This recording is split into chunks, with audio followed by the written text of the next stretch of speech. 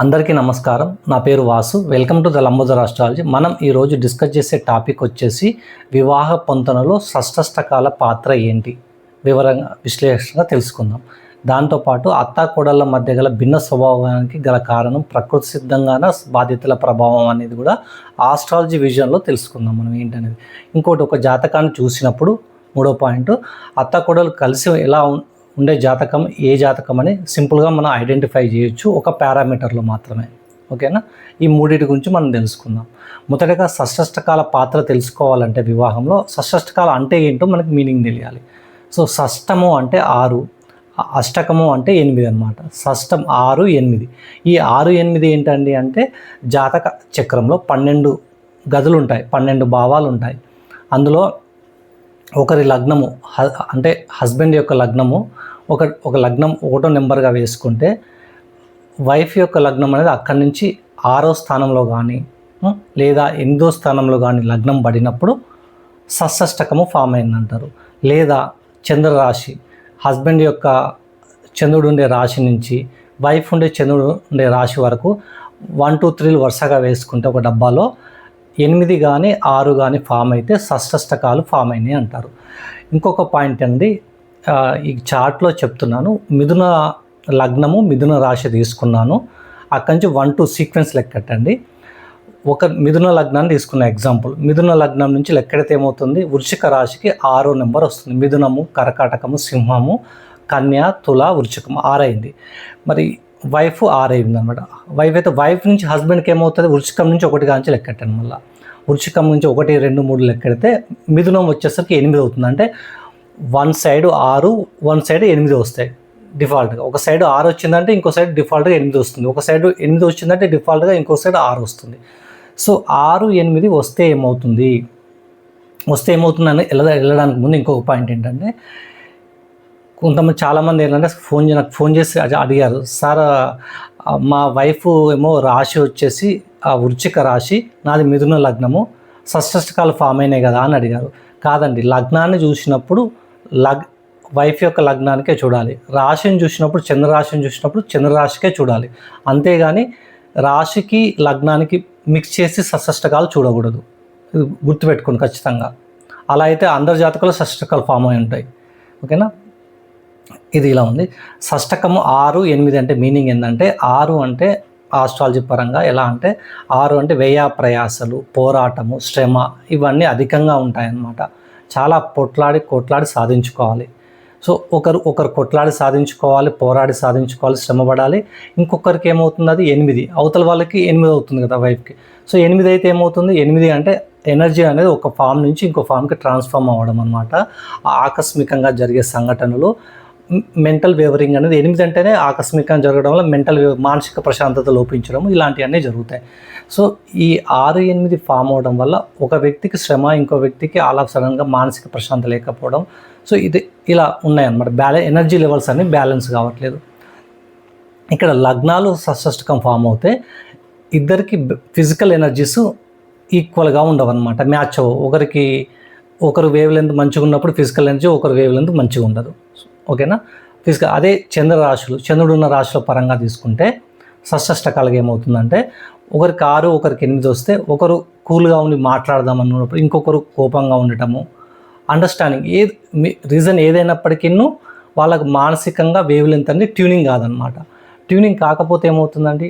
Bonding నిలబడాలి అంటే, వివాహ బంధాలు నిలబడాలంటే అండర్స్టాండింగ్ ఉండాలంటే ట్యూనింగ్ కావాలి. ఆ ట్యూనింగ్ అనేది లోపిస్తుంది. సో ఇక్కడ రప్చర్ ప్రాసెస్ అనేది ట్యూనింగ్ అవ్వడానికి ఇబ్బంది పెడుతుంది ఇద్దరికి. అందువల్ల షష్ఠష్టకాలు ప్రియారిటీ ఇవ్వరు. ఎంతవరకు ప్రియారిటీ ఏంటనేది మనం చూద్దాము. ఓకేనా? ఇక్కడ క్లారిటీ వచ్చేసింది. దీంతోపాటు షష్ఠష్టకాలకు ఒక ఎగ్జాంపుల్కి వెళ్తే మనకి ఇంకా క్లారిటీగా వస్తుంది. స్టార్టింగ్లో ఏం చెప్పాను? అత్తాకోడళ్ళ మధ్య భిన్న స్వభావం చెప్పినాక ఈ ఎగ్జాంపుల్ ప్రకృతి సిద్ధంగా ఏర్పడ్డ షష్ఠష్టకాలు ఏంటంటే అత్తాకోడళ్ళ మధ్య గల భిన్న స్వభావం అనమాట. అదేలానో మీకు చెప్తాను. అబ్బాయిని ఎక్కడ తీసుకుంటామండి? నేచురల్ చార్ట్లో మేష లగ్నంగా తీసుకుంటాం అబ్బాయిని. అమ్మాయిని ఎక్కడ తీసుకుంటాం? తులా లగ్నంగా తీసుకుంటాం. అంతే కదా? ఇప్పుడు కర్కాటక లగ్నాన్ని అబ్బాయినిగా తీసుకోలేం కదా. కర్కాటక లగ్నంలో చంద్రుడు అబ్బాయి కానే కాదు. అక్కడ మేష లగ్నం అంటే అబ్బాయి, కుజుడు తత్వం. ఓకేనా? అమ్మాయి తత్వానికి శుక్రుడు, తులా అనమాట, మూల త్రికోణం. సో మేష లగ్నాన్ని అబ్బాయిగా జాగ్రత్తగా గమనించండి, చార్ట్లో వేస్తున్నాను. మేష లగ్నం ఒక అబ్బాయి అనమాట. అమ్మాయి లగ్నం ఏంటి? తుల. ఓకేనా, తుల నుంచి లెక్కెడదాం ఫస్ట్ అమ్మాయి జాతకం. తుల నుంచి అబ్బాయి ఎన్ని అవుతాడు? 7 అవుతాడు కదా, అంతే కదా. 7 అవుతే ఏమవుతుంది? మేష లగ్నం అవుతుంది అబ్బాయిది. తుల అమ్మాయి అయింది. సో అబ్బాయి యొక్క కుటుంబం అనేది అబ్బాయి నుంచి 2వ స్థానం అవుతుంది. అంటే మేషం నుంచి 2వ స్థానం అంటే వృషభము, అబ్బాయి యొక్క కుటుంబము. ఓకేనా, అబ్బాయి కుటుంబం అమ్మాయికి ఏమవుతుందండి? అత్తమామ కుటుంబమే కదా. అత్తమామ కుటుంబం అయితే లెక్కెడదాం ఇక్కడి నుంచి. తుల నుంచి వరుసగా 1 2 3 4 అని లెక్కెట్టుకుంటూ వెళ్తే మనకేమవుతుంది? మేషానికి 7 అవుతుంది, వృషభానికి 8 అవుతుంది. అంటే 8 ఫామ్ అయింది, అష్టకము వచ్చింది. సో అత్తమామ కుటుంబం నుంచి అమ్మాయికి లెక్కెడదాం. అమ్మాయికి లెక్కెడితే ఏమవుతుంది? వృషభం నుంచి ఇక్కడ తులకు వచ్చేసరికి 1 2 3 4 5 6 వరకు వస్తుంది మనకి. అంటే 6 ఫామ్ అయింది. ఇక్కడ 8 ఫామ్ అయితే ఆటోమేటిక్గా అటు 6 వచ్చేస్తుంది. సో అంటే అత్త కోడలికి అత్తకేమైంది? 8 6 ఫామ్ అయింది. అదే అత్తకేమవుంది? 6 8 ఫామ్ అయింది. సో షష్ఠకం అనేది వీరికి ప్రకృతి సిద్ధంగా ఫామ్ అయిపోయింది. అదేవిధంగా అబ్బాయి జాతకం తీసుకున్న, మేష లగ్నం తీసుకున్న అమ్మాయి ఏమైంది? సప్తమ స్థానం కదా పార్ట్నర్ అంటే. సప్తమ స్థానం యొక్క కుటుంబం వృశ్చికమైంది. ఏమవుతుంది? మేషం నుంచి వృశ్చికం 8 అవుతుంది. ఓకేనా, 8 అవుతుంది, ఇటు నుంచి 6 అవుతుంది. సో 8 6 ఫామ్ అయింది, షష్ఠకం ఫామ్ అయింది. ఇంకోటి ఇక్కడ క్లియర్గా గమనించాల్సింది ఏంటంటే అష్టకము ఫామ్ అయింది కూడా ఫీమేల్ తత్వమే. తుల ఏంటి? అమ్మాయి కదా. వృషభం ఏంటి? అధిపతి కూడా శుక్రుడే, రెండింటికి అధిపతి శుక్రుడే, ఫీమేల్ తత్వం. సో అందులో ఎవరికి సరే ఎక్కువ పడదు? అత్తమామల్లో కోడలతో అత్తకి కోడలికి ఎక్కువ పడదు. ఎందుకు పడదు అట్లా అంటే ఆ మామని తీసుకోలే. ఎందుకు అంటే ఆ వృషభం ఏంటండి? శుక్రుడే కదా, అక్కడ కూడా ఇంకో శుక్రుడే కదా. సో ఫీమేల్ క్యారెక్టర్ని తీసుకున్నారు. అబ్బాయిలలో అల్లుడికి మామకి ఎక్కువ పడదు, అత్తతో తీసుకోలేదు. ఎందుకు తీసుకోలేదు అంటే అష్టకం ఏమైంది? కుజతత్వం, మళ్ళీ మేల్ తత్వం వచ్చింది కాబట్టి మామని తీసుకున్నారు. సో వాళ్ళకి వీళ్ళకి పొంతన అనేది సరిగా ప్రకృతి సిద్ధంగా ఏర్పడిన షష్ఠకాలుగా తీసుకోవచ్చు. మనం చార్ట్ ఉంది, నిదానంగా నెంబర్లు వేసుకుంటూ కౌంట్ చేసుకోండి, మీకు క్లారిటీ వచ్చేస్తుంది. ఒకవైపు 8, ఒకవైపు 6 వచ్చేస్తుంది. ఓకేనా, సో ఇది ప్రకృతి సిద్ధంగా ఏర్పడే షష్ఠకము. సరేనండి, మరి అత్తా కోడళ్ళు జాతకాలలో వారి జాతకాల్లో కేంద్ర కోణాలు, లగ్నాలు లేదా రాశులు అయి ఉండొచ్చు కదా, అప్పుడు కలిసి ఉంటారు కదా అంటే అలా కాదండి. ప్రకృతి సిద్ధంగా 100% మైనస్ వచ్చింది ఇక్కడ. ఓకేనా, వాళ్ళ జాతకాల్లో 100+ ప్లస్ వచ్చింది, కేంద్ర కోణాలు వచ్చినాయి అనుకోండి, కలిసి మంచిగా ఇద్దరికి ట్యూనింగ్ కావాలి. ఇక్కడ -100 +100 ఏమవుతుంది? 0 అవుతుంది అక్కడ. ఓకేనా, +30 +40 రావట్లేదు, 40%. సో ఏంటంటే ఎంత తగ్గించుకున్నా భిన్నత్వం అనేది బై డిఫాల్ట్గానే వస్తుంది. అంటే వీళ్ళు కావాలని పొట్లాడుకోవడం అని కాదు, ప్రకృతి సిద్ధంగా అలా ఫామ్ అయిపోయింది అక్కడ. ఎవరు కావాలని ఎవరు పొట్లాడుకుంటారు? ఎవరు ఉండదు. అంటే వాళ్ళ బాధ్యతల వల్ల కావచ్చు, ఈగోస్ వల్ల కావచ్చు, ఇన్సెక్యూరిటీ ఫీలింగ్ ఏదైనప్పటికీ ప్రతి ఒక్కరు మ్యారేజ్ అయిన వాళ్ళు ఈ టాపిక్లో PhD చేస్తుంటారు. కాబట్టి మనం దాని గురించి ఎక్కువ డిస్కషన్, కాంట్రవర్సీ వద్దు దాని గురించి. ఓకేనా, ఈ షష్ఠకము క్లారిటీ వచ్చింది. అత్త కోడళ్ళ మధ్యలో ఎందుకు షష్ఠకం ఫామ్ అవడం వల్ల ఈ భిన్నమైన స్వభావానికి గల కారణం తెలిసింది, షష్ఠకాల మీనింగ్ తెలిసింది మనకి. ఓకేనా, దాంతోపాటు మనకి ఇంకోటి ఏంటంటే మనం స్టార్టింగ్లో ఏం చెప్పుకున్నాం? వివాహ పొంతనలో షష్ఠకాల పాత్ర. సరేనండి, షష్ఠకాలు ఫామ్ అయినాయి, మనకి ఫామ్ అవుతే ఏమవుతుంది? సో అండర్స్టాండింగ్, ట్యూనింగ్ అనేది దెబ్బతింటుంది కదా. సో అలా షష్ఠకాలు ఉన్న వాళ్ళు పెళ్లి చేసుకుంటే ఖచ్చితంగా విడిపోతారా అనేది భయం అనమాట. మెయిన్ భయం అదే, డౌట్ వచ్చేదే అది. సో నాకు వచ్చిన జాతకాల్లో చాలామంది చూస్తాను, షష్ఠకాలు ఉన్న వాళ్ళు కలిసి ఉన్నారు, విడిపోయిన జాతకాలు జంటలలో అందరికీ షష్ఠకాలు లేవండి.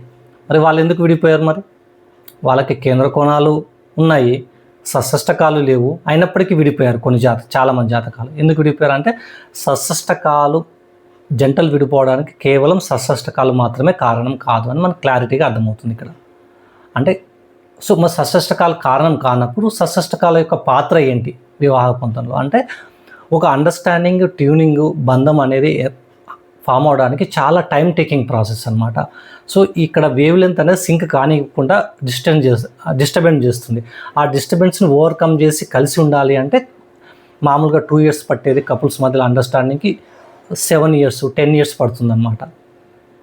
So time taking process. ఇంకొకటి వచ్చిందంటే ఈ doctors, occult profession, astrologers, research oriented, detectives job చేసేవాళ్ళు, CBI ఆఫీసర్సు, ఇలా సర్జన్సు, ఇలా అకల్ట్ ప్రొఫెషన్లో ఉన్న లాయర్స్ కూడా వీళ్ళంతా ఏంటంటే ప్రాబ్లమ్స్ని వీళ్ళు ప్రాబ్లం లాగా చూడు, ప్రాబ్లంకి ఎందుకు వచ్చింది రూట్ కాజ్ వెతికే తత్వం అనేది వీళ్ళ ప్రొఫెషనల్ అలవాటు అయిపోతుంది.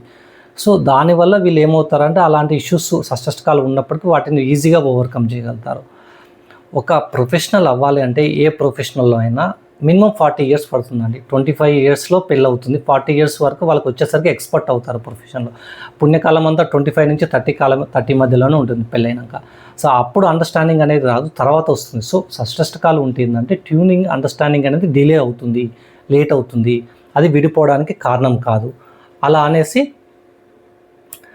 షష్ఠకాలు ఉన్నా చేసుకున్నా బాగుంటుందా అనేసి ఈ డిస్టర్బెన్స్ అనేది వస్తుంది. ఆ కైండ్ ఆఫ్ మైండ్ సెట్ ఉంటే ఓకే అనమాట. ఇంకొకటి ఏంటంటే 6, 8 ఫామ్ అయినాయి కదా, మెయిన్ పాయింట్ ఏంటంటే ఒక పక్క 6 ఒక పక్క 8 వస్తే షష్ఠకాలలో వైఫ్ అండ్ హస్బెండ్లో ఎవరైనా ఒకరు లాభం పొందితే 6 అంటే ఇతను పోరాటం ఒకరికి ఆకస్మికం. సో ఎవరు లాభం పొందట్లే, ఎవరైనా ఒకరు లాభం పొందితే వాళ్ళు ఓపిక పడతారండి, లాభం ఉందని ఇంకొకరిని భరిస్తారు. ఇక్కడ ఎవరు లాభం పొందట్లే, సమ్టైమ్స్ పీక్ వెళ్ళిపోతే ఏమవుతుంది, ఇక నీ దారి నాది నా దారి నాది అన్నట్టు వస్తుంది. సో అనడానికి ఛాన్సెస్ ఉంటాయి కాబట్టి భయపడతారు అన్నమాట షష్ఠకాలం. ఈ యాంగిల్లో చెప్పాను, ఇంకో యాంగిల్లో కూడా చెప్పాను కదా. షష్ఠకాలు మాత్రమే కాదు జంటలు విడిపోవడానికి వేరే కారణాలు అండి. దశానాథుడు ప్లస్ సప్తమ 6, 12 లగ్నం నుంచి చూసుకొని వాటి పరంగా దశల పరంగా ఎట్లా నక్షత్ర పరంగా సంబంధం చూసుకొని డిసైడ్ చేస్తాం ఎందుకు విడిపోతారు, ఎలా విడిపోతారు అనేది. ఓకేనా, ఇది అయిపోయింది. ఇంకొక పాయింట్ ఏంటి, స్టార్టింగ్లో ఒక జాతకాన్ని చూసినప్పుడు అత్తాకోడలు కలిసి ఉంటారా లేదా అని జాతకాన్ని. నేను కొన్ని జాతకాలు ఒక 20 జాతకాల వరకు చూశానండి. పర్టికులర్గా ఈ పారామీటర్లో వచ్చినాయి. జాతకంలో చంద్రుడు శుక్రుడు కలిసి ఎవరి జాతకంలో ఉంటారో వాళ్ళ కుటుంబంలో అత్తామామలు కలిసి ఉంటారు. అమ్మాయి జాతకంలో ఉంటే అత్తమామతో కలిసి ఉంటారు. అబ్బాయి జాతకంలో ఉన్న వచ్చే భార్య తల్లితో పాటు కలిసి ఉంటారు. సిచ్యువేషన్స్ అలా డిమాండ్ చేస్తే వాళ్ళు కలిసి ఉండాలని కాదు, పైకి కలిసి ఉన్నా లోపల ఎన్నున్నా పైకి మాత్రం కలిసే ఉండాలి. రెస్పాన్సిబిలిటీ కావచ్చు, ఏదైనా కావచ్చు, సిచ్యువేషన్స్ అలా డిమాండ్ చేస్తాయి. ఒక అబ్బాయి ఎగ్జాంపుల్ చెప్తున్నాను, ఒక అబ్బాయి జాతకంలో చంద్రుడు శుక్రుడు కలిసినాడు. చంద్రుడు ఏంటంటే తల్లి కారకుడు, శుక్రుడు ఏంటంటే అమ్మాయి కారకుడు కదా. సో శుక్రుడు ఏమవుతాడు, పెళ్లి చేసుకున్నాక తల్లి అయ్యాక చంద్రుడిగా మారిపోతాడు, అంటే అత్తగా మారిపోతాడు. ఓకేనా, ఇక్కడ చంద్రశుక్రులు అంటే 2 ఫీమేల్ క్యారెక్టర్స్నే ఇస్తాయి అన్నమాట. వీళ్ళిద్దరూ 9 గ్రహాల్లో ఫీమేల్ క్యారెక్టర్స్ ఇచ్చే తత్వాలు ఈ రెండు కలిసి ఉన్నాయంటే అత్త కోడలు కలిసి ఉండడానికి ఛాన్సెస్ ఎక్కువగా ఉంటుంది. అబ్బాయి జాతకంలో ఉండటం వల్ల తన భార్యను తన తల్లి ఇద్దరు కలిసే ఉంటారు, ఒక కుటుంబంలో కలిసి ఉంటారు. వాళ్ళ మధ్యలో ఎన్ని ఉన్నప్పటికీ కలిసి ఉండాల్సిన పరిస్థితి ఏర్పడుతుంది. సో ఇక్కడ ఈ చంద్రశుక్రులు కలిసి ఉంటే అత్త కోడలు కాదండి కలిసి ఉండేది దాని కాన్సెప్ట్. అక్కడ అసలు సఫర్ అయ్యేది ఎవరు అంటే కొడుకు అనమాట. అటు భార్య మాట కాదనలేక, భార్యకి నచ్చ చెప్పలేక, అటు తల్లికి నచ్చ చెప్పలేక ఇద్దరి మధ్యలో నలిగిపోతాడు, సతమవుతాడు. ఈ చంద్రశుక్రుల క్వాలిటీ ఈ నెగిటివ్ యాంగిలే కాదు, పాజిటివ్ యాంగిల్ కూడా ఇంకోటి ఏంటంటే వాళ్ళు అందానికి బ్రాండ్ అంబాసిడర్ అండి. చంద్రశుక్రుల కాంబినేషన్ ఉన్న వాళ్ళు ఇద్దరు బ్యూటీ ప్లానెట్సే. సో 2 బ్యూటీ ప్లానెట్స్ కలిస్తే ఇంకా బ్యూటీ అవుతుంది.